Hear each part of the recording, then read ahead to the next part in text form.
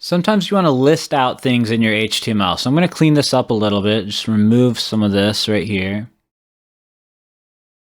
And here we go. We have a much more simplified document to work with now. If I go back over here and refresh after saving, remember Command S on a Mac to save, Control S on Windows, you'll see it's cleaned up a little bit. Now, lists are very common. This is how we create lists in HTML. We just add this UL tag that stands for unordered list. And you want the closing UL tag, usually on a separate line. Okay, and then you want to tab inwards and make sure you're one level deep in there.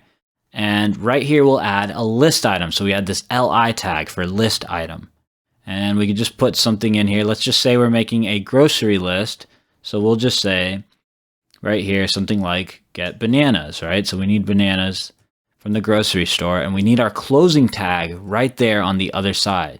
Just like that, okay? So if I save this now, and I go over here and I refresh, there we go. We've got a list item, and it comes by default with a bullet point next to it, okay? And it's indented inward, as you can see. Now, we can use CSS to style this later, but this is how HTML renders lists by default. If we want to add more list items, you do it inside of the UL tags, okay? And you got to order them however you want. In here, we could say apples as well for our grocery list. And if I save that, remember you got your opening tags right here, and your closing tags are the ones that have the /. Opening tag here, closing tag right here. Okay, so if I save this and I refresh, there you go. Now you can see we've got 2 items in our list, and you could just keep going down the line.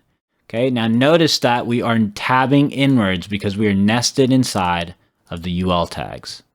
So lists are incredibly common on the internet. If you go to almost any web page, even on this Google search homepage right here, you see a list of thumbnails.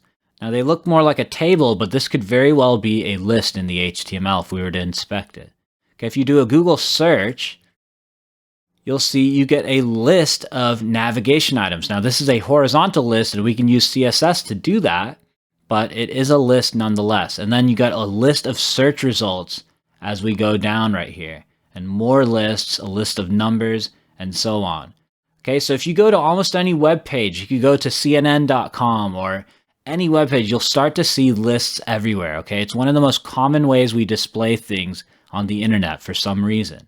Now, that's why it's good to know how to write the list syntax here in your HTML.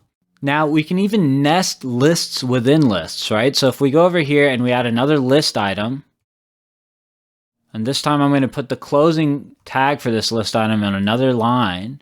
And then in here, we add another unordered list. So you want that UL tag right there.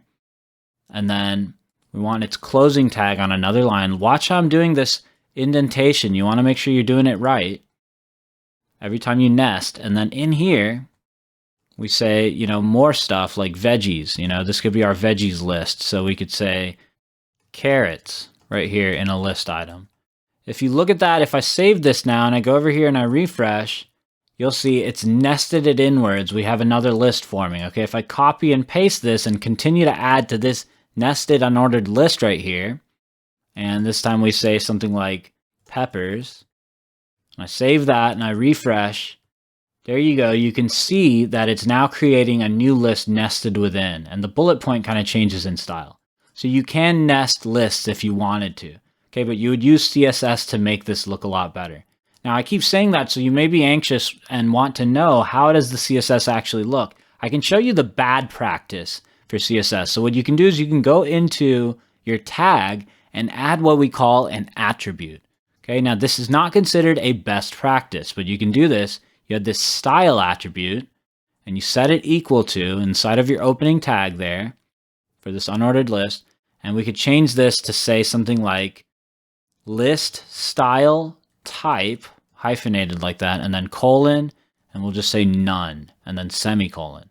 And this syntax inside of these quotation marks, this is actually CSS syntax that we're going to learn down the line. So if I save this now, and I go over here and I refresh, you'll see those bullets are gone. And we could apply these same style rules over here to this unordered list, like that. If I save that now and I refresh, there we go, those bullets are gone. So we could replace those bullets, we can remove them all together like we did right here. But I'm going to go ahead and remove this because This is a bad practice. This is what we call inline CSS. And you don't want to be doing inline CSS because as your projects become bigger and you have thousands of lines of code, you're going to find it very hard to track down inline CSS like that. It's better to separate your CSS in a totally different file and just point to this particular list that you want to modify from that CSS file. We'll learn more about that down the line, but there you go. You've got a taste of inline CSS. Now, we can also do ordered lists. You can just change that U to an O like this. You want to get its matching closing tag and do the same down there. And if I save this now and I refresh, you'll see we've got an ordered list. Okay, so that's a little bit about lists.